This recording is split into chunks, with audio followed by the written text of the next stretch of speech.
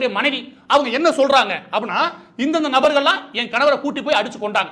எதற்காக கூட்டி போனாங்க, எதற்காக கூட்டி போனாங்க ரொம்ப முக்கியமான விஷயம். ஏன்னா என்னுடைய கணவர் அந்த திருச்சபையில கேள்வி கேட்டார். என்னன்னு கேள்வி கேட்டாரு?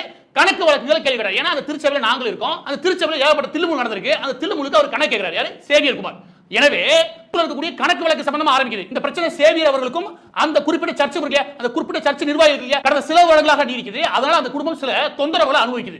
இந்த நிலைமையில பிரச்சனையை பேசி முடிக்கிறதுக்காக சுமூகமா எப்படியா முடிக்கணும் அப்படின்னு ஜெமினி அவர்கள் முயற்சி பண்றாங்க. அதன் காரணமாக இந்த மாதிரி கத்தோலிக் சபை இல்லையா, ரோமன் கத்தோலிக் சபை கீழே இந்த அன்பியம் ஒரு அமைப்பு இருக்கு. அதோட கையெழுந்தா இருக்கு, நான் காமிக்கிறேன். இதே மாதிரி ரோமன் கத்தோலிக் சபை கீழே கூடிய பலருமே இந்த மாதிரி கையெழு வச்சிருப்பாங்க.